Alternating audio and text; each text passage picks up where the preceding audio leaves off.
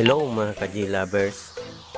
Kung bago kayo sa aking channel, so gusto nyong mapanood yung previous video ko, hindi nyo pa nakikita, search nyo lang yung Giovanni B, click nyo yung G-Love icon, tapos yan, makikita niyo ng video. Kung gusto nyo pang makita yung complete videos ko, so click nyo lang yung videos.